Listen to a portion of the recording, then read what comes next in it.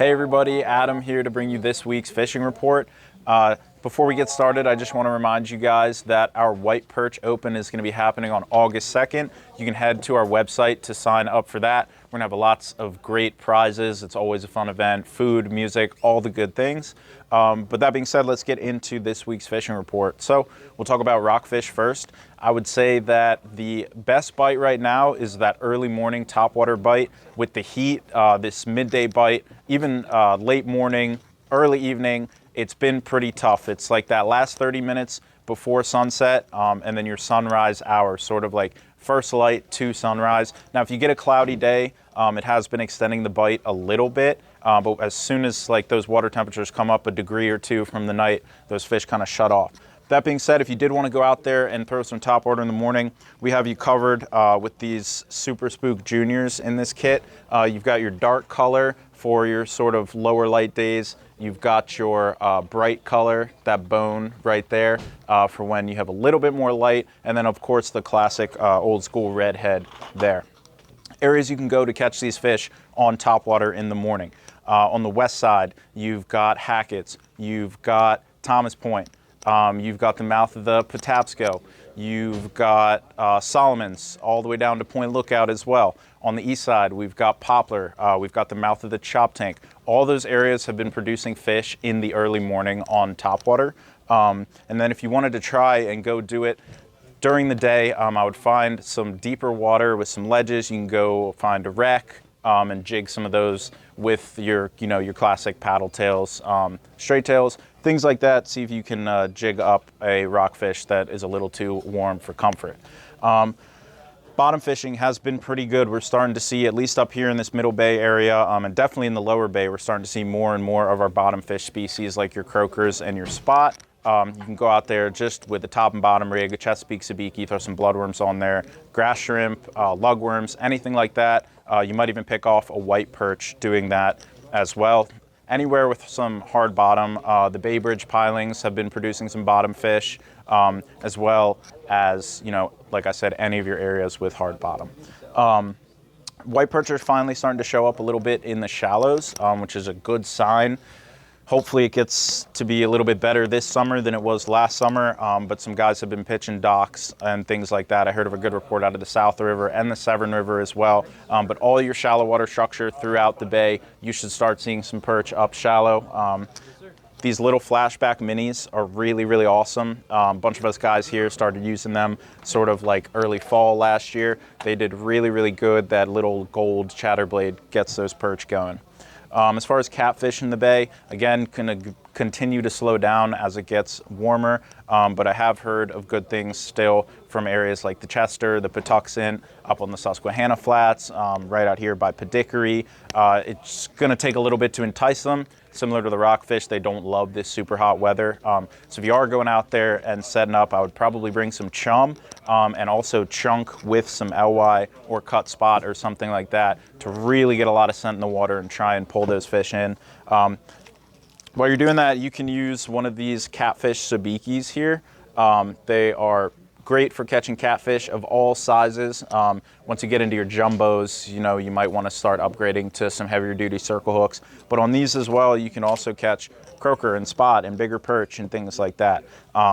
Best bait right now for catfish is going to be whatever you can get that is fresh. So whether that's LY, whether that's the live spot we have here, live eels, anything like that is going to be good for your catfish.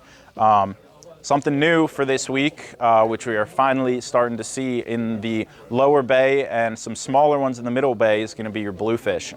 We had a lot of fun last year with, some of your mid-sized chopper bluefish blowing up on bait all day long for a good amount of days last summer.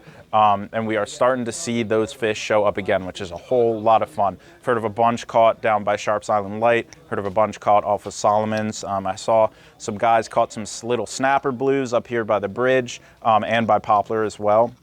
So if you want to go out there and target bluefish, you can troll for them. We do have these little Clark Spoon planer kits. It's got you all set up with everything that you need to go. We also have the spoons and the planers separately, and we can get you guys all set up for trolling for them if you want to do that. Hopefully we'll see some mackerel sometime in the next couple weeks. Fingers crossed for that. And if you wanted to go cast at the bluefish, just go out there with a little GI jig, guys. This 1/2 ounce in pink is one of my favorites. But like I said, they're out there, they're feeding on bait, and hopefully we should continue to get more and more of them as we progress into the summer. In the lower portion of the bay, including in some Maryland waters, we are seeing bull redfish and cobia. Cobia season opened this past Monday, so you can go out and target them to keep. It's 43-inch minimum, 2 fish per boat. Really cool stuff with the cobia, guys. You can get up on a tower, you can sight cast them, or you can set up on a chunk for them, put out a chum bag, throw out some chunks of LY anywhere like around Sharps Island Light, probably as far north as I would go, and as far south as like the bridge tunnel, the shoals and stuff over there, and anywhere in between, you got a chance of finding cobia. But if you want to go throw some lures at them, I've had some luck recently with this Angler's exclusive 7-inch diesel minnow in pink. Bull reds and cobia actually tend to go crazy for pink. So keep that tied on if you are standing up in the tower and somebody's driving the boat and you're looking out for those cobia swimming. If you're using side scan to find some drum, again, both of these 7-inch diesel minnow colors have been good. The drum bite is really, really good down there at the tunnel, and we should start experiencing that open water bite up here in the Maryland waters of the bay, sort of, Chop Tank and south. As far as what's going on the coast, we've got some sheep's head showing up in the inlet at Ocean City. You can go out there with your regular old tog jig, throw some fiddler crabs or live sand fleas. You really want to go with fresh bait for the sheep's head, guys. They can be kind of picky, so fresh is best, whether that's sand fleas or even live hard crabs, blue crabs that you cut up. But it's anything fresh is going to be better than frozen. Flounder's been pretty good in the back bay right now, as well as offshore on some of your wrecks and reefs. If you're out there and you're really trying to look for a trophy, just throw the biggest gulp you can find. You could do it just like on a chicken rig, and you might catch some sea bass doing that as well. A lot of guys are dropping down squid or slow pitch jigs to catch those sea bass. Out in the canyons, a lot of bluefin out there, guys. In the canyons, past the canyons, mid-shore, there's a lot of bluefin out there. So take a look at your water shots and head out offshore. I'm also hearing some yellowfin pushing up, and the mahi and white marlin shouldn't be too long after. Bluefish and rockfish are still being caught in the back bay as well. So if you guys wanted to go fish the 50 bridge with big diving plugs, big paddle tails, drop down an eel with heavy sinker, anything like that would be good. And then pushing over to freshwater really quick. Snakehead are starting to show up on fry balls. Heard a couple reports of them on fry balls this week. And remember, the name of the game with that, guys, is just piss those snakehead off. They're not really looking to eat. If they grab your lure, it's sort of like a defense mechanism. So something really aggressive like these high-octane popping frogs. They actually just came out with this new version. It's the Popzilla 2.0, I think he calls it. It's a little bit skinnier. I like it better. You can give it a subtle or aggressive action. It's a little bit more versatile now. That black color is really good for creating a silhouette. And if you put it over a fry ball, try and really just chug it down into the fry ball to make those parent snakehead think that something's trying to eat their babies. And hopefully they will whack that frog. As far as smallmouth bass go, flows are still pretty low in the Potomac and the Monocacy right now. When I have low flows in clear water, I tend to just go with a really subtle, natural bait. And for me, that's going to be these little 3.3-inch Kytex here. You can put them on a jig head. I like these BKK Refrax jig heads. And what you're going to want to do is go out there, look for pockets, look for current seams, foam lines, things like that, and cast it out. And you can either bounce it off the bottom, you can reel it in slow, you can reel it in fast. You're going to kind of have to figure out how they want that bait moving that specific day. Largemouth are sort of in their summer haunts now. You'll find them around structure, in shade, in submerged grass, anywhere where they can go to kind of cool down a little bit. I really love to throw in the summer just a white zoom fluke on an EWG hook. It falls slow with a little just twitch, pause, and it sort of wiggles down, similar to a Senko would. And I find that on a Texas rig tends to be really effective for largemouth in the summertime. If you can't catch anything else, guys, you can definitely go out and catch some bluegill.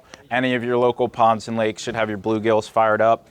Nightcrawler under a bobber works perfect, or if you wanted to try it on artificial, do a little float and fly with these little tungsten fly jigs here. They tend to get pretty good bites from panfish.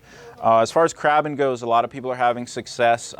Hearing razor clams were a little better this week than chicken necks. Could have just been who I talked to, but that's what I'm hearing. If you guys are going out and running a trot line, you could do it in anywhere from like 6 to 8 foot of water right now. Same thing with pole traps. Those crabs are starting to come up a little bit more shallow. And yeah, I think that about does it for this week's fishing report. As always, you know, make sure you comment, DM, or come to the store if you guys have any questions, anything we didn't talk about that you want us to talk about next time. And thank you for watching. We'll see you next time.